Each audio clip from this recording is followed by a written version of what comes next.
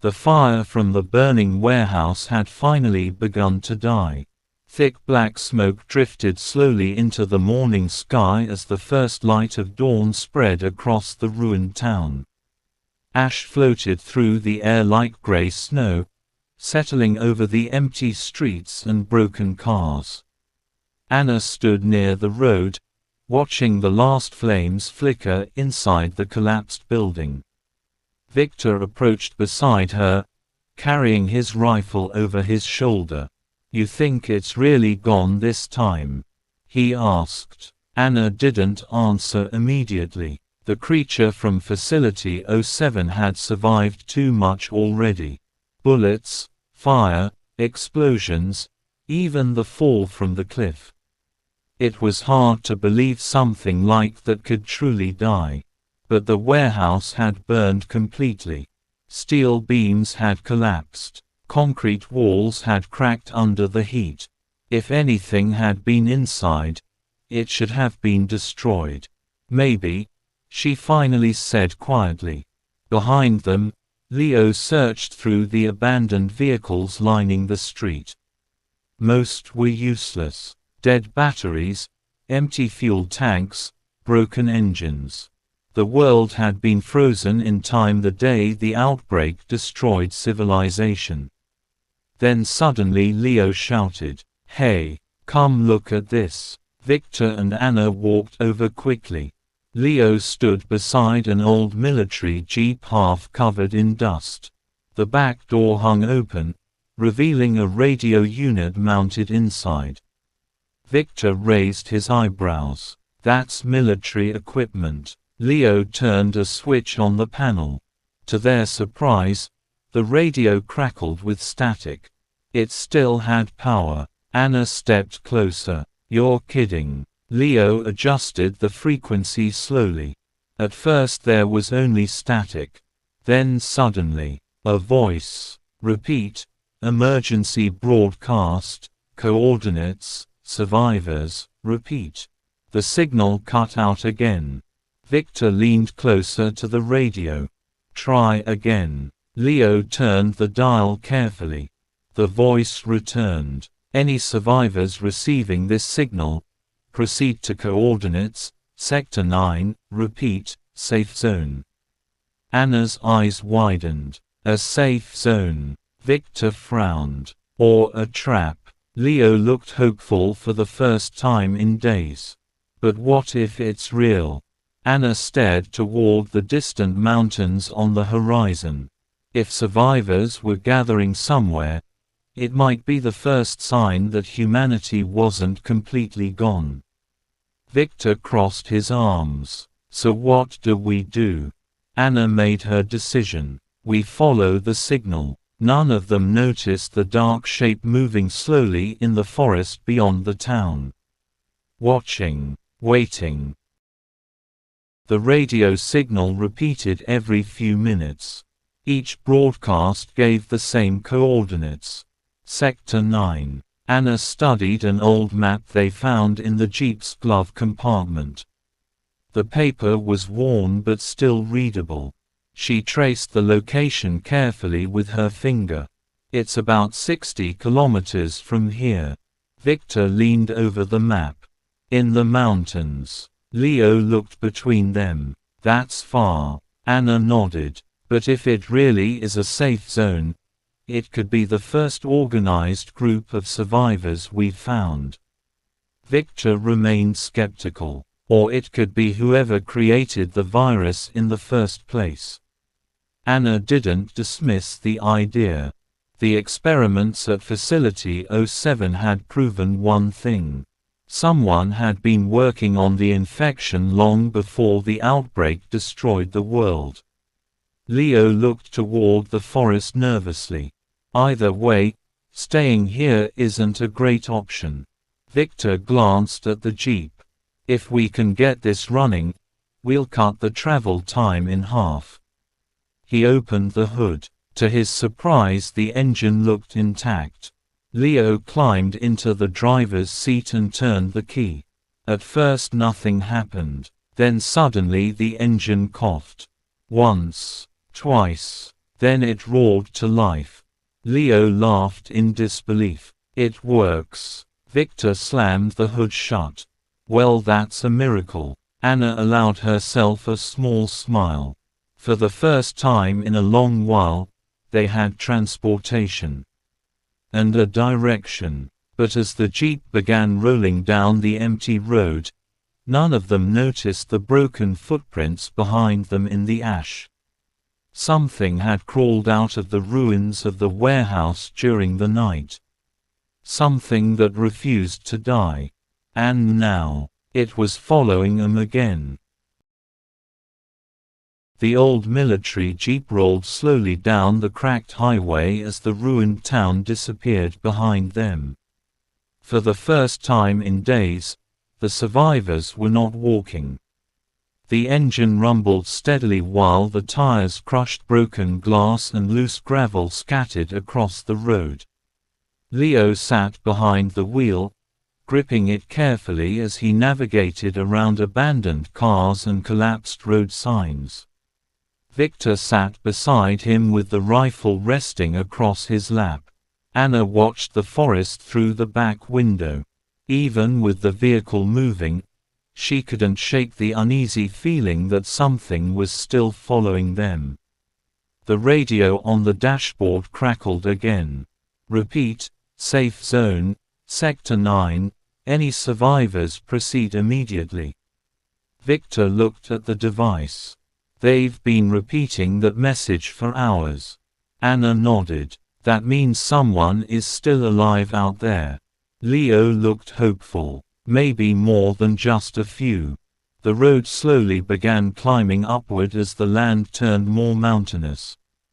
The trees grew thicker and the air colder. The world here looked different from the destroyed cities. Less fire, less ruin. Nature had already begun reclaiming the land. But the silence remained. No birds, no animals, nothing moved in the forest. Victor noticed it too. "You see that?" he asked quietly. Anna looked around. "What? No wildlife." Leo frowned. "That's not normal." The infected had changed the world in ways they still didn't fully understand. Even the animals had vanished. The jeep rounded a bend in the road, revealing a long stretch of highway disappearing into fog ahead. Then suddenly Leo slowed the vehicle. "What now?" Victor asked. Leo pointed forward. The road was blocked. Several military trucks sat abandoned across the highway, forming a barricade. Old warning signs hung from metal posts nearby. "Quarantine zone." Anna stepped out of the jeep carefully. The air smelled faintly of rust and smoke. Victor walked toward one of the trucks. Military markings were still visible on the doors. "This wasn't abandoned," he said. Leo joined them. "What do you mean?" Victor pointed to the ground. "Footprints. Fresh ones. Not infected. Human." Anna felt a small spark of hope. Then someone passed through here recently. But as they examined the barricade, Victor noticed something else. Deep claw marks scratched across the metal side of one of the trucks. Huge ones. The same kind they had seen before. Anna's stomach dropped. "It followed us." Leo turned slowly toward the forest. "You mean?" Victor finished the sentence. "The creature from Facility 07 is still alive." The wind moved softly through the trees around them. Somewhere deep in the forest, something moved, watching the road, waiting. The discovery of the claw marks changed the mood immediately. A few minutes earlier the survivors had felt hopeful. The radio signal, the working jeep, the idea of a safe zone somewhere in the mountains. For a moment it almost felt like the world might still have something left to offer. Now that hope felt fragile again. Victor examined the barricade more carefully. The military trucks had been positioned deliberately across the road, blocking both lanes. Whoever placed them there had tried to stop something from passing through. Could have been a quarantine checkpoint, he said. Anna ran her fingers across the claw marks scratched deep into the metal door of one truck. The steel was bent inward like paper. That thing did this, she said quietly. Leo looked back toward the forest again. So it came this way too. Victor nodded. Probably following the same road. Anna stepped back and studied the situation. We can't stay here long. Victor agreed. They quickly searched the trucks and managed to move one just enough to clear a narrow path. It took nearly 15 minutes of pushing and straining before the jeep finally squeezed through the gap. Once they were back on the road, Leo pressed the gas pedal harder. The jeep accelerated toward the mountains. The road climbed higher now, twisting through rocky cliffs and dense forest. Fog rolled down the slopes like slow-moving waves. After another 20 minutes of driving, the road curved sharply around a cliffside. And then Leo slammed the brakes. The jeep screeched to a stop. Anna leaned forward. "What is it?" Leo pointed ahead. The bridge was gone. Where the road should have continued across a deep valley, only broken concrete remained.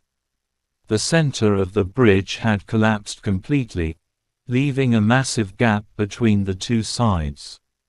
Below them, the valley dropped hundreds of meters into darkness. Victor stepped out of the jeep and walked toward the edge carefully. The destruction looked recent. Huge chunks of concrete lay scattered down the cliffside. "This wasn't just time," he said. Anna joined him. "You think it collapsed naturally?" Victor shook his head. "No." He pointed toward the far side of the broken bridge. A military demolition charge box sat near the railing. Someone had blown the bridge intentionally. Leo frowned. "So the safe zone is on the other side, and someone destroyed the only road to reach it." Anna looked across the gap. "We'll have to go around through the forest." Victor turned back toward the trees. That uneasy feeling returned instantly. The forest behind them had gone silent again. No wind, no movement, just fog drifting between the trunks.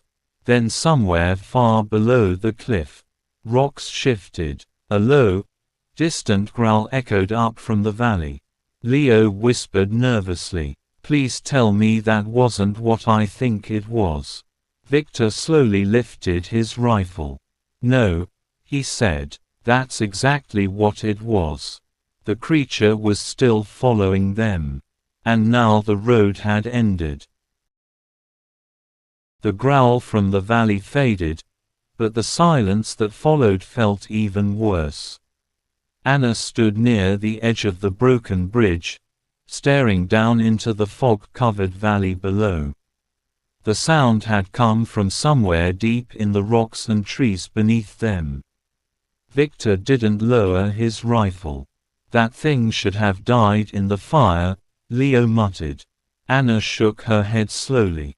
"We've said that before." The creature from Facility 07 had survived everything they had thrown at it so far.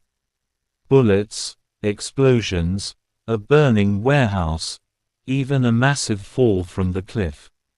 Each time it returned, stronger, more determined. Victor stepped away from the edge. "We need to move, now." Anna looked toward the forest surrounding the road. The mountains rose steeply on both sides, covered in thick pine trees and drifting fog. "If the bridge is gone, we'll have to go through the forest and find another way around the valley," she said. Leo glanced nervously toward the dark treeline. "Into the place where that thing is probably hiding." Victor shrugged grimly. Unless you want to fly across the gap, that's our only option." They grabbed the gear from the jeep quickly.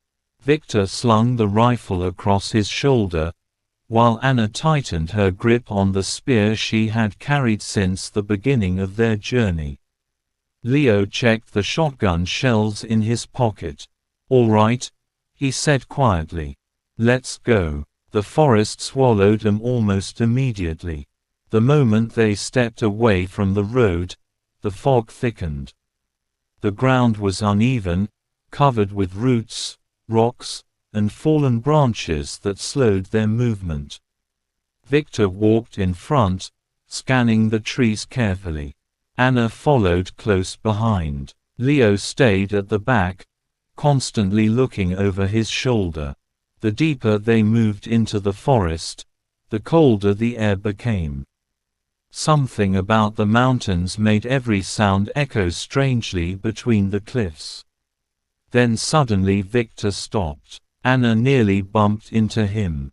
"What is it?" she whispered. Victor pointed at the ground. Large footprints pressed deep into the wet soil. Fresh ones. Anna knelt beside them. The shape was unmistakable. 3 long claw marks at the front of each step. The creature had already passed through here. Leo felt his stomach drop. "It's ahead of us." Victor slowly shook his head. "Not ahead." He pointed toward the trees behind them.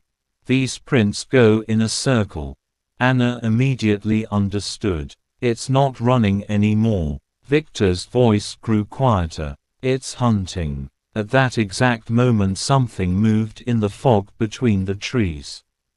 A massive shadow shifted silently behind them.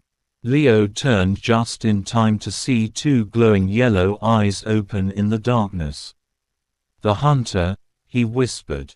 Before anyone could react, the creature burst from the fog with terrifying speed. The final battle had begun. The creature exploded from the fog like a nightmare come alive. Branches snapped as the massive body crashed through the trees. Its claws slammed into the ground only meters from Leo, sending dirt and rocks flying. "Move!" Victor shouted. Leo dove to the side just as the creature swiped through the air where he had been standing. The claws tore through a tree trunk like it was nothing. Anna spun around and thrust her spear forward. The metal tip struck the creature's shoulder, but the impact barely slowed it. The beast roared, a deep, bone-shaking sound that echoed through the mountains. Victor fired his rifle. Bang! The bullet slammed into the creature's chest. Dark blood sprayed across the ground, but the monster barely reacted. "It's still not enough," Leo shouted. The creature turned toward Victor, its glowing yellow eyes locked onto him. Then it charged. Victor fired again. Bang! Bang! 2 more shots hit the creature, but it kept coming. Anna grabbed Leo and pulled him behind a fallen tree trunk. "Shoot its head," she yelled. Leo raised the shotgun and waited. The creature lunged toward Victor, claws raised. Leo pulled the trigger. Boom! The shotgun blast hit the side of the creature's skull, knocking it sideways. It crashed into the ground and rolled across the forest floor. For a moment everything went quiet. Victor slowly lowered his rifle. "Is it?" The creature suddenly moved again. With a furious roar it pushed itself back up. Half its face was torn open, blood dripping down its jaw. But it was still alive. Anna looked around desperately. They were running out of ammunition. Victor checked his rifle. 1 magazine left. Leo shook his head. "I've got 2 shells." Anna's eyes moved toward the cliff behind them. An idea formed instantly. "Victor," she said quietly. He followed her gaze. The cliff edge. Hundreds of meters down into the valley. "You're thinking what I'm thinking?" he asked. Anna nodded. "We lure it there." Victor smiled grimly. "Good plan." The creature charged again. Victor fired several shots, hitting its chest and shoulder, drawing its attention toward him. "Hey!" he shouted. The monster turned toward Victor with a furious roar and sprinted straight at him. Victor ran. He sprinted toward the cliff edge, jumping over rocks and fallen branches. Behind him the creature followed, shaking the ground with every step. "Victor!" Leo shouted. But Victor didn't stop. At the very last moment he dove to the side. The creature lunged forward, unable to stop its own momentum.